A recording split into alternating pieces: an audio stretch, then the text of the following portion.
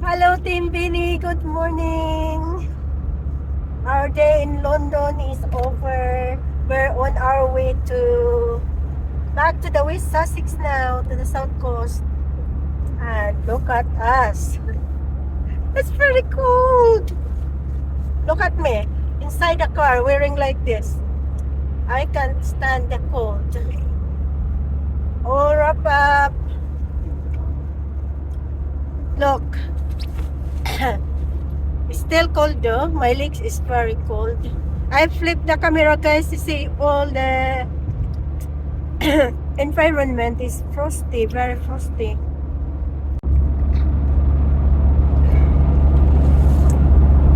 Okay, where you see the fields getting white because of the frost. Yeah. They are old grasses. Those are grasses, but now it get frosty. It looks like snow. It's not really snowing yet. It's just frosty. But it's very cold. It's on the way to our way home. This is Kent. Are we in Kent right now? Sorry now. Actually we're in Surrey now. Probably Kent. Huh? Sorry, probably. Yeah, look at those fields. Lovely. It's nice to go sledging there. Nindot magparaos-os at to guys ba? Kung dagpalwa. Sledging. Okay. Yeah, there's a smattering of snow, aren't we? That's what the forecast is threatening. Join our road trip, guys. But I mean, often the really cold weather we get isn't until some way after Christmas. So we haven't got that far yet. So I've no idea what the winter largesse is going to be like. It's just. The thing is, there's nothing you can do there. Basically, you're not going to go around and police all rhododendrons and azaleas and all that sort of thing. You're just going to enjoy the bit while you can, and if the plant gets, caught with the frost, so be it. Okay. Phil and Val and Rose Green says, Joe, you were rocked at that quiz. Absolutely. And so was Jim, because he paid for the meal again. We've got a few people coming through with the answer to the second quiz question. Maya the cat has got it right. Linda in Horsham's gone for the same answer that I gave, which didn't go down that well, but it turned out to be wrong. Through the glass, you're good at this. Who sings the first line on Do They Know It's Christmas? The first lyric being, it's Christmas time, there's no need to be afraid. Linda in Horsham. You see, we should have had you on the team. Because he was wrong. Oh, I put Midge down, so did Linda in Horsham. I know, he's groaning now. I know. More gardening questions and more of the things I can't remember from our Christmas pub quiz coming up for you in the next half hour. But weather-wise, largely cloudy with a few isolated sunny spells, showers in the forming from the southwest. These will come and fall as rain or sleet. Top temperatures today are 4 and 39. Tonight cloudy with an area of rain, sleet and snow moving in from the southwest, which may bring some local accumulations. -1 and 30 into tomorrow. Cloudy with a few lingering sleet and snow showers. These largely easing in the afternoon. Then some late sunny spells. The high is 5 and 41. Tuesday largely dry with variable cloud and some bright spells at times. However, in isolated showers, they can't be ruled out really. It's winter, isn't it? Wednesday is expected to be dry and fine. Patchy cloud dissipating through the morning to leave plenty of wintry sunshine, and then Thursday continuing in a similar vein with extensive sunshine and little cloud around, but it will, in answer to Jim's earlier question, remain cold through this next week for Sussex, Surrey and North East Hampshire. It's too hasty, that's the answer. Right, we've got a wildlife pond question, which I shall save from Barbara for Richard, who's here. He's got a cold pull up, but he's on the phone, he's going to be here. Well done to Madeline, you've got the Paul Young question right as well. Let's see what we've got here from Barry, who's in Camberley, who's just taken delivery of four step over plum and gauge trees that I intend to put on my allotment. What's the step over? It's where you get the same two fruits and the same tree. They're like the hybrid thing, I got it.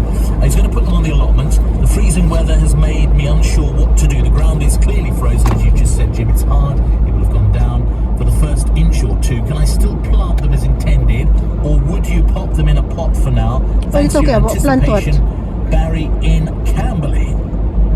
Barry, my dear boy, whatever you do,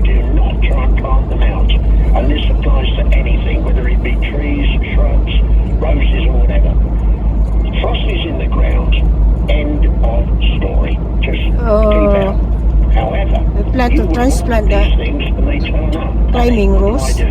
Yeah. You're Well, quite wait right. until summer. Because if you've got a large pot, a bucket, anything like that, because if they're open ground, and in other words, if they're open rooted when you get them, you know, they're But we not in can a still container, prune those roses. then just stick them in that compost. Prune those And leave roses them, in the pot in a frost-free place. In and a bring it to garden shed Granddad's or, house. garage or whatever it is. And then as soon as the weather changes and the ground is pliable, then you can plant them out. But for the time being, if they come in containers, well, that's brilliant. And just put them in a, you don't have to be in the light because there won't be any leaf or anything on them. And then do as I said. On the other hand, if you take them out of the container and just a bit of moss or something, straw wrap, Fully yeah. equally what I said, put them into a container, keep them out dominant, and then plant them out later on. When you do plant them out, spread the roots out well, and then the other thing you've got to remember, particularly in the winter, and as the weather is that it is, if you get wind, then that rocks the plant to a certain degree, creates a gap around the base of the root, and Jack Frost says, thank you, I'm on my way. So keep trekking, keep them nice and firm, mulch as well. If you put some mulch down, that will help to keep them going as well. But for the time being, certainly don't even think about planting them now. All right, Paul in Pevensey Bay next. Good morning. Morning, Paul. I repotted 3 amaryllis late October, ready for Christmas flowering. This is a second-year bulb. They have grown and produced really healthy leaves, but unfortunately no flowering spikes. Is there anything I can do to encourage this, or am I doomed, Captain, to have blind plants? Great show as always, and a happy Christmas. Thank you, Paul. Same to you. Well, no, I mean, has he done the right thing with the repotting? Because you leave them dormant, and then you're meant to get them ready around October time, aren't you? So it sounds like he's doing the right thing. No, he's done the right thing. However, is he I mean, the thing is, the leaves are coming, so that means the plants are alive, not as if it's nothing there at all. And you should start to see a spike coming up through the middle of where the leaves are. Yeah. Now, it may be he's getting a bit beyond himself, and to give it another couple of weeks. I don't think feeding's going to do much good.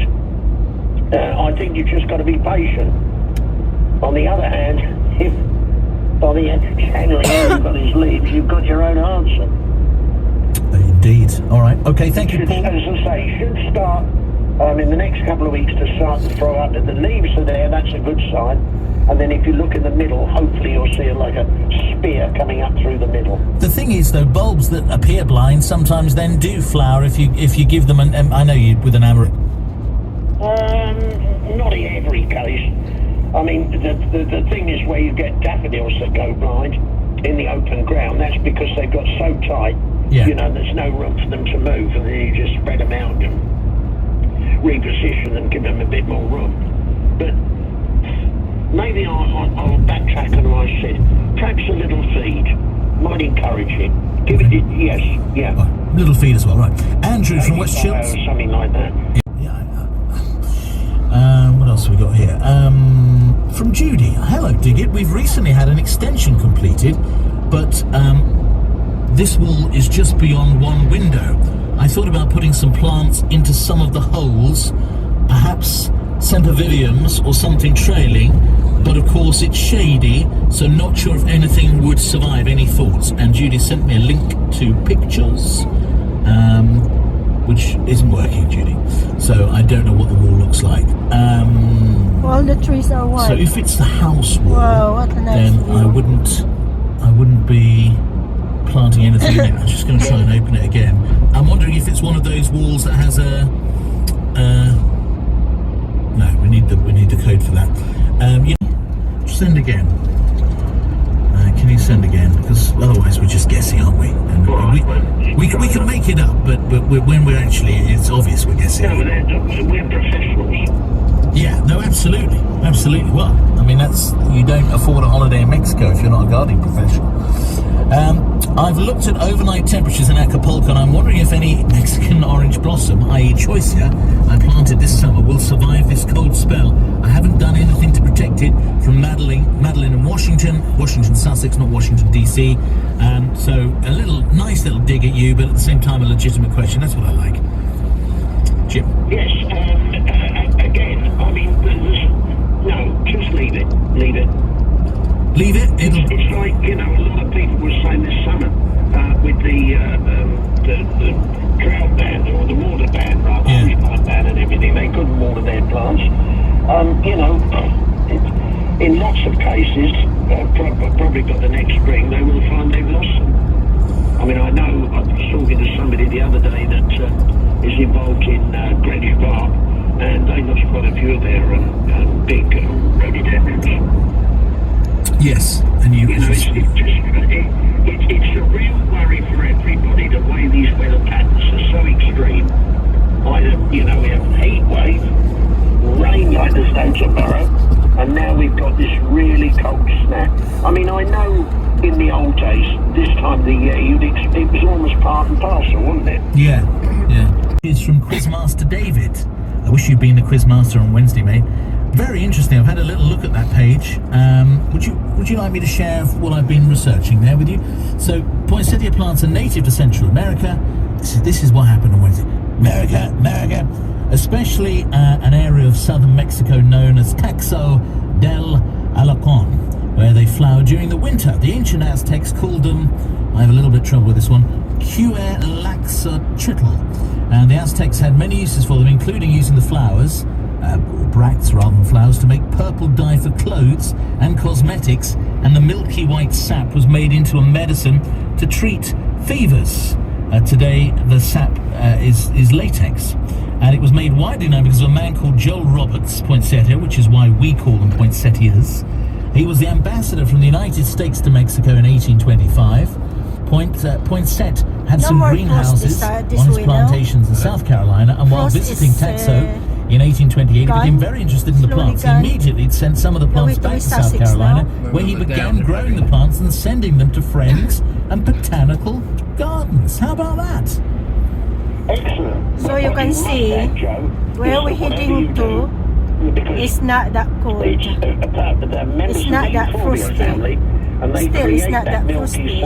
Where we're in the London part, it's very frosty. So don't go spreading it about. Temperature is -1. Yeah, it can be. There's still a bit of frost at the least. So the old Mexican legend about how poinsettias and Christmas came together goes like this. In fact, I'm just going to proofread this, make sure it's all appropriate. Come on, and we want to learn So, about this is a Mexican legend. A poor Mexican girl called Pepitita had no present to give the baby Jesus at the Christmas Eve services. As she walked to the chapel, sadly, her cousin Pedro tried to cheer her up.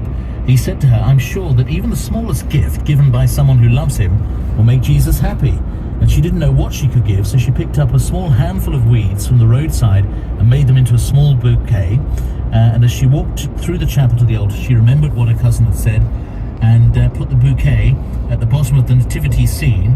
The bouquet of weeds burst into bright red flowers, and everyone who saw them was sure they'd seen a miracle, because it had been kept in the dark, you see, in the church. And that's how the legends, why we associate them with Christmas, according to this website, which is all about Christmas. Very interesting, David. Thank you. I wonder if this is where your friend got his questions from the other night. Probably not, but very interesting. Right, what keep. I must remember to do next year, if we're still together, yes, in a sort of professional sense. See. No, certainly. You'd be thinking of doing that now, at any rate, applying a winter wash, and also to the bands that go around with the godly book. Yeah. Do that now. The other thing that you could be doing now, of course, is if you've got grapevines, is to prune them by the middle of this month, and that will avoid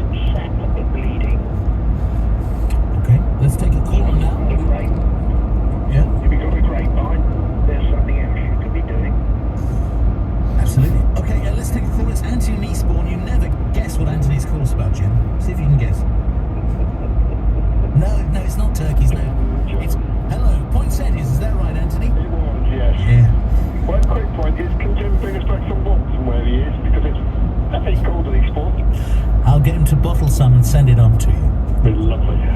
It's a point. I don't know if it's a folklore or might be true, but they say that possibly the red of a Christmas poinsettia may have come from the blood that Jesus shed when he was crucified.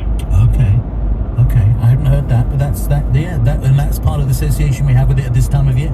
Well, the only thing I've got to that is that I always thought that was how the robin ended up with a red breast. Could be as well, yes. It's all folklore.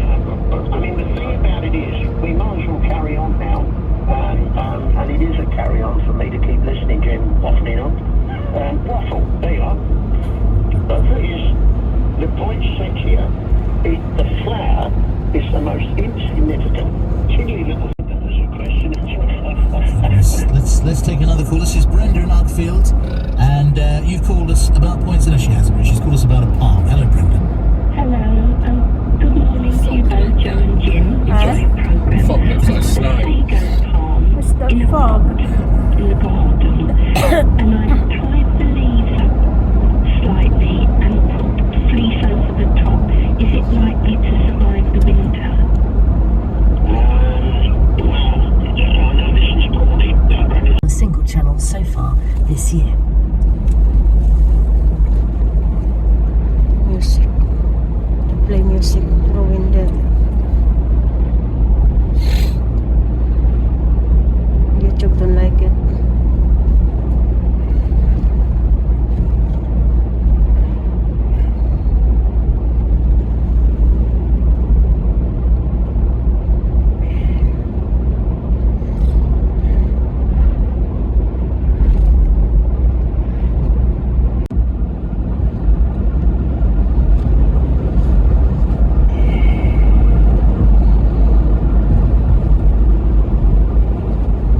So frosty there.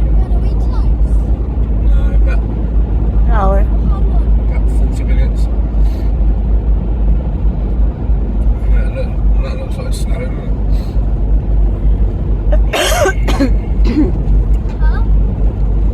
The trees now. Look out, Angelina. All the tree.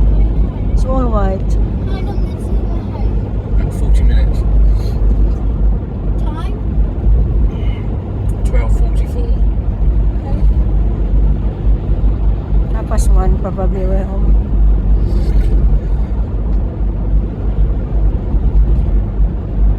Oh, look at that. It's very nice.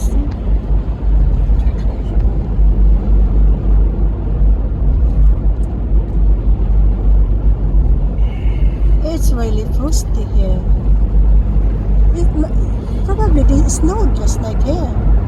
Just a picture of it and see if it looks like it. That's not only frost. Looks like there must be like sleet or a bit of snow. This trees always look like this one. Well, here we are, Billing Source.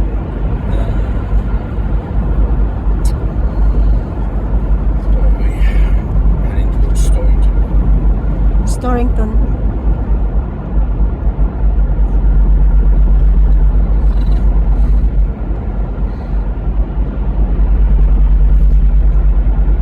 Our house. Yeah.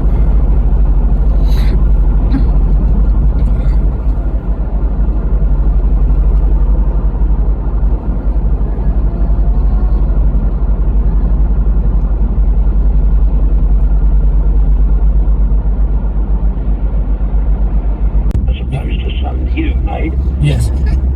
Only water now and again. You water, obviously to keep the plants alive, but also to stimulate it for all the growth it's making.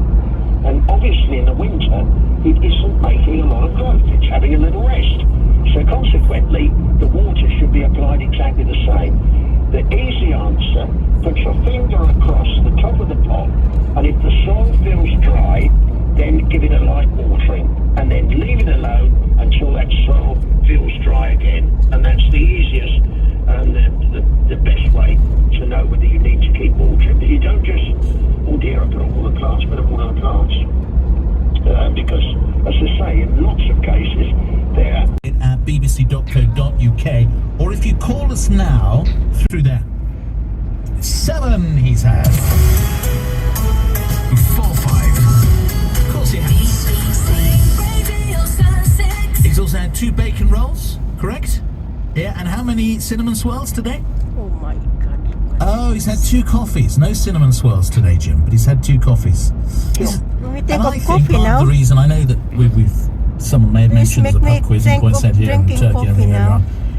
But part of the reason you haven't come in and you've taken the decision to fly to something for Acapulco coffee and is you shop. couldn't face another morning without anything to eat. turn kettle on, Absolutely. tea and Absolutely. coffee time. In fact, it's getting near my lunchtime now.